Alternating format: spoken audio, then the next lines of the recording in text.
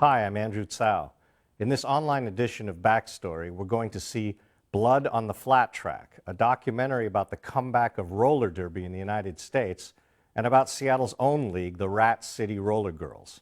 Lainy Bagwell co-produced and co-directed the film along with Lacey, Leavitt, and Lainy also served as cinematographer. Lainy, welcome to Backstory. Thanks for being here. Hi, thank you for having me. I'm kind of excited because I gotta say, roller derby is not a subject I get to talk about often on shows like this, so thanks for bringing your film and yourself here. And I gotta start with, as I watched the film, I wondered, the first question I have to ask doesn't sound that complicated, but really, what brought you to this story? It's a good question. Yeah. I was working for the Seattle International Film Festival. Okay. And one of my coworkers was a derby girl. Okay. Yeah. So and you went to a, did she get you to go to a match first, or game? Bout. Bout. Bout. Did she get you to go to a bout first? Is that how you? No, actually we actually hadn't seen bouts. We hadn't seen the game in Seattle yet. So it was, Lacey and I had met earlier that year at a job and decided we wanted to work on a project together. Okay. Corey had this, Corey was doing derby. Yes. And we thought, oh, wow, what a great subject that would be to cover. Okay, so we decided to do a documentary. So tell me a little bit about your entry into the world. What was that process like? I mean, obviously you started by learning yourself about it before you could conceive of how to put together a documentary. Did you meet the people first outside of it? Did you go to bouts? How did that work? Well, it's kind of DIY. We actually just took a camera. We didn't know a whole lot about it. I knew about derby from the 70s when I was a little kid. Yeah. And we basically borrowed a camera from a friend and just went down there, kind of sight unseen, not knowing entirely what we were getting into. That was the first time you had exposure? That was the very first time. Did any of that footage end up in the film we're actually going to see? The first time you encountered, so you're literally looking at it with fresh eyes and you're documenting it at the same time. Yes, which is not the ideal way to go for some people, but I liked it. Right. So what was the time period in which this all took place? Because obviously there were many bouts and a lot of footage you took, and then you actually, we'll see in the film, get into the lives of the people involved. What was the time frame for doing this piece? The whole film took about 2.5 years. We were going to just shoot 2 seasons, and the second season ended so well that we just wanted to go on a little bit longer. So we went and shot another half season and did some interviews and such. At what point did you know the structure your film was going to take? Do you know what I mean? Like early on, in the middle, or did you wait until you had completed all the filming to say, I'm going to show you what derby is now, but then I'm going to take you a step at a time into the real lives of these people? Because you do it kind of deliberately, and as the story unfolds, we learn more and more about them. Tell me about how that narrative structure, if you will, came to you. Well, so in the beginning, we really didn't know entirely what we were getting into. So we just kind of had to follow along and see how we were going to do it.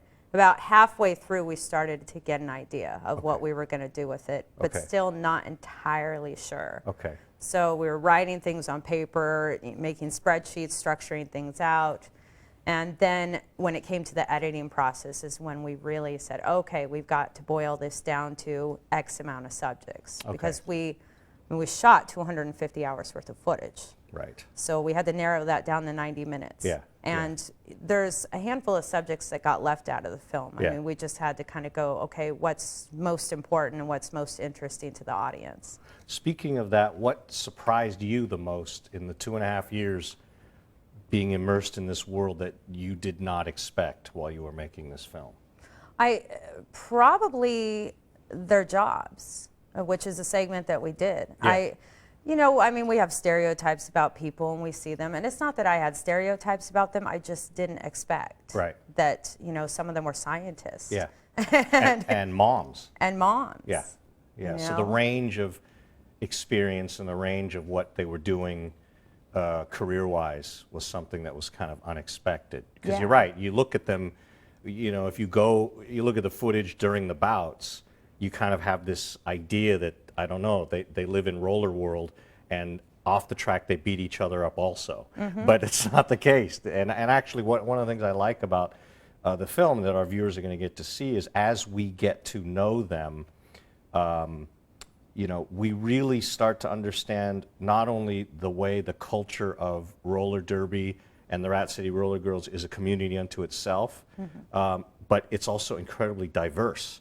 It's not just one kind of woman that you would expect to be there.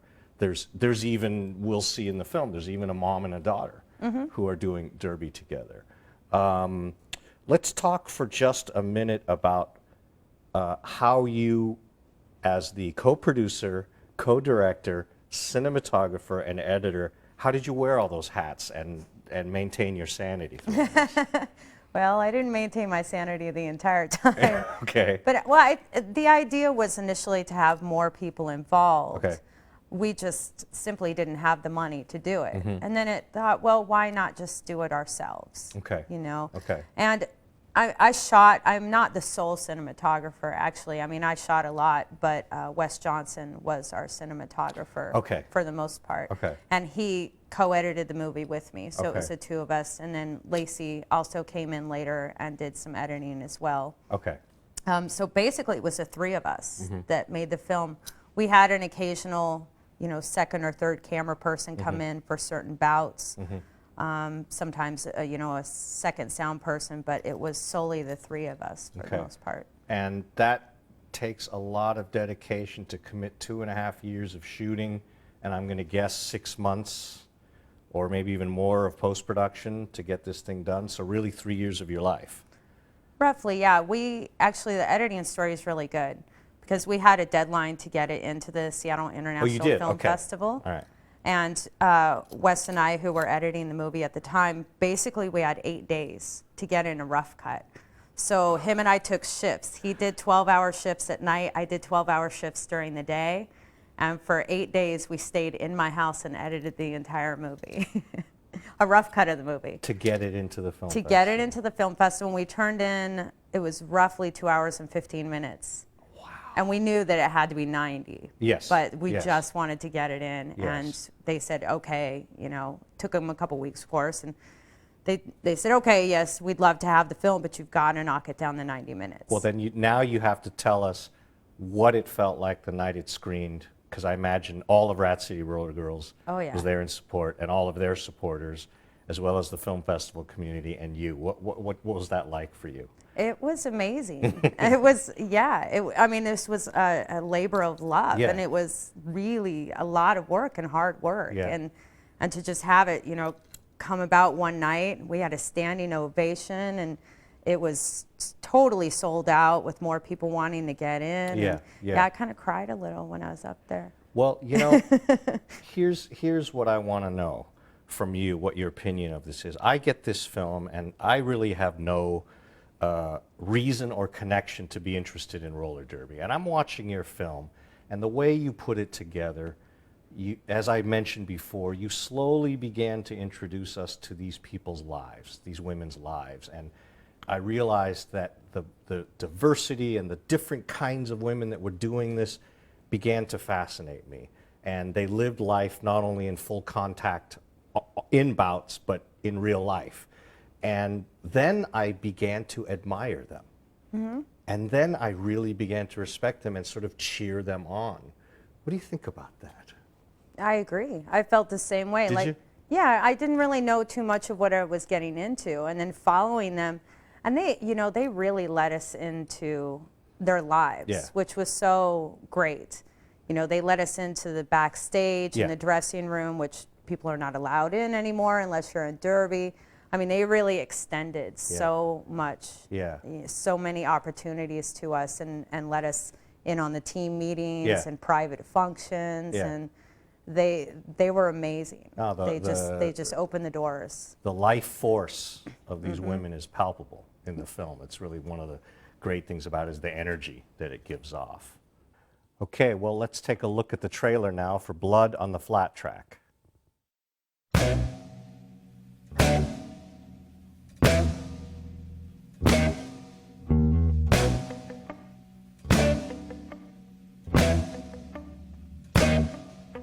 I drove my baby's car, I spent her credit cards. She had me for a year cause I couldn't find a job. I took her for a ride, she took me for a ride. Now I'm out of luck cause I'm on dust. Tried to stay away from the police department, but I got nabbed at the supermarket for a bottle of. It's just fun to kick girls' ass. Never went to court and I Me? I'm going to the box. Because cheating comes natural All to right. her. haven't paid yet, alright. Alright. We're told that we're hyper aggressive. I think that's a load of bullshit. See the dark moon turning white over the parking borders. See the road out on the street. Derby hurts. Get home at midnight. See the TV glow coming down on the sidewalk. She's the craziest woman I've ever met. On the sidewalk.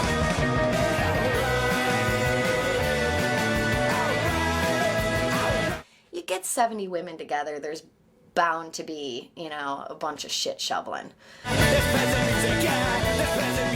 When you're skating, it's like you're skating for your team, you're skating to win.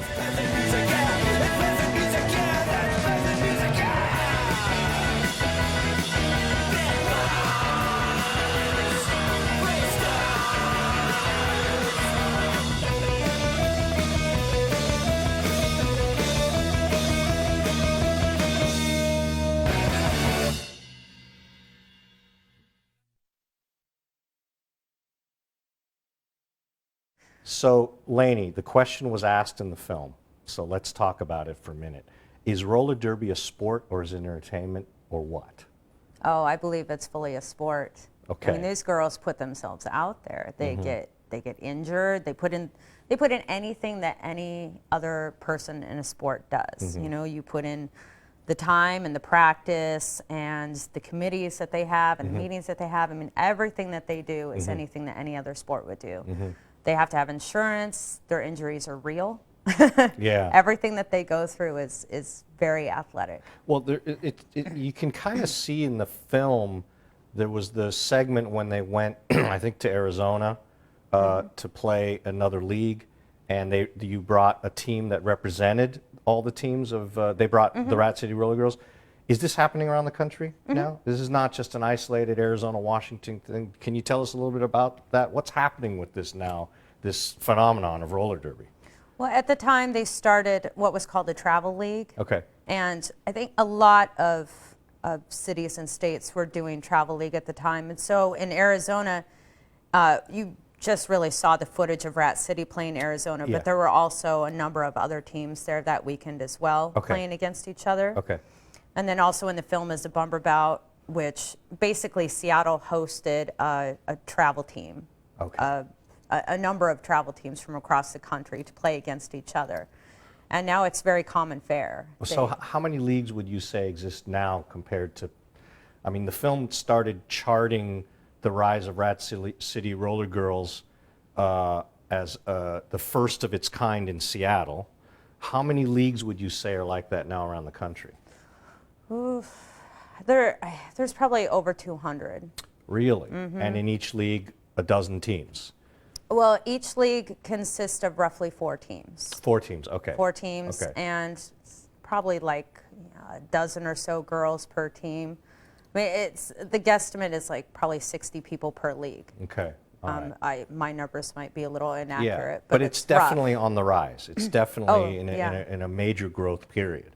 Yeah, in other countries now too. I mean, when we were making the film, it was starting in other countries, but now it's really booming in other countries as well. Is that right? Can you give me an example of where you actually know they're doing this now? I know that they're doing it in Germany, Okay. and that they're doing it in England, and our film screened in a couple other countries. Oh, is that right? Yeah. So it may be also fomenting leagues around the world, the Yeah. film Blood on the Flat Track.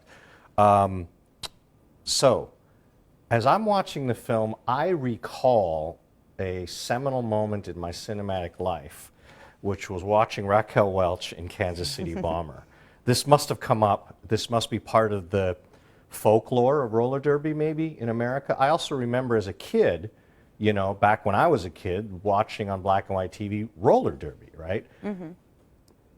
Why was it such a phenomenon then? Where did it go? And what's causing the resurgence in it? You know, this story of roller derby in America. Well, back then, it was really more extreme. It was more entertainment back then. I mean, there was a sport to it, of course. Yeah. But if you watch old footage, they're picking up benches and chairs and knocking each other over, Yeah. pushing each other over the bank track. And I think it was all just bank track back then. I'm not entirely You sure. mean the track like this with the rail? Right. Because I remember the image of women flipping over the rail into Right. the audience. Yeah. Which is pretty dangerous. Yeah, So yeah. they have started a bank track here fairly recently, in the last couple of years, Okay. I suppose. But flat track is more, Yeah. that's more common around the country. Yeah, you probably get back up when you get knocked down in flat track Yeah. versus going off the bank track. Yeah. So yeah, in the 70s, it was, you know, just a little more like abusive, I guess, Yeah, to yeah. a certain extent. Yeah. And then the resurgence started in Texas Okay. around 2004. Okay. So the Texas Rollergirls started it. And then leagues started popping up from there, and Seattle was one of the leagues that popped up. Okay. And I mean, of course, the major difference is, you know, it's very much a sport now. It's, you know, no one picks up. If you pick up a bench and knock someone, you're out. Yeah. You know, the rules Yeah. are very strict now. Yeah. They have to abide by a certain set of rules. You know, there's penalties for what you do now. Right, right. You know, as opposed to before. They seem very, everyone involved seems to be wearing many hats, contributing to the strength of the league, their teams, working together. I noticed there was a couple who the husband was working as a scorekeeper, and there are managers and coaches. The infrastructure is really growing fast, as is the fan base. Who's the typical roller derby fan? I'd say everybody. Yeah? Yeah. I mean, I remember when we were first going, it was more of kind of a punk rock community, Okay. almost. And now you see everybody across the board. Okay. You know, that's suits and ties and jeans and t-shirts, and it's really, really a diverse crowd now. Lots of families. People bring their children. Okay. So, 3 years of your life on a fascinating subject matter as a documentary filmmaker. What's next for you as a filmmaker? Can you give us a hint? I have a number of things that I would like to do Okay. that require funding. Uh-huh. So right now, I've just been editing. Oh. I'm editing Okay. various video projects for people. Okay. I'm working on a film right now for someone. Oh, so you work as an editor as well? Yeah. Oh, fantastic. So I would like to do my own again. That will come up at some point. Well, I'm gonna try and get it out. I'm gonna try to get a project hint out of you. Can you give us at least the world, or let's go. Is it a documentary or is it No, going to be narrative? I fiction? actually have worked on a couple documentaries. Okay. I mean, besides this, I did a for hire about the city of Issaquah. I did a documentary for them. Okay. And I did another one for someone else. And I love documentary, but I would like to be all across the board. I'd like to do Okay. a little bit of everything: TV, web series, film. Great. I'd like to do everything. Great. And you will keep doing this in Seattle. Yes, yes. One of the things this program explores and tries to talk about is our local community. I mean, we've had quite a range of filmmakers, and we're seeing that it's both a close-knit community, but also a rapidly growing one. Can you just give us your own personal history of Seattle film in terms of your story, and maybe a reflection or two where you are now of where you think it's going to go? Well, I went to school years ago, and then I took a break for a number of years, and then started to get back into it in 2005, just simply because I wasn't finding a whole lot of work. And since I've made the film, I've gotten a lot more work. I think that the community here has gotten a lot better than it was. Okay. And I think that it's going to get better from here. You're You do. seeing a lot more films being shot in the city than you were even 3 years ago. The tax incentives have gotten better Right. and things like that. Yeah, I think it's just growing out here. So for you, it's both personal in terms of being a Seattleite, but you also see opportunity for yourself as a local filmmaker. Absolutely. I was born and raised here. If I try and move, my parents will. Well, we're glad you're here, and congratulations on the film. Lainy, thanks for being with us on Backstory, and thank you for watching. I'm Andrew Tsao, and I will see you again behind the scenes.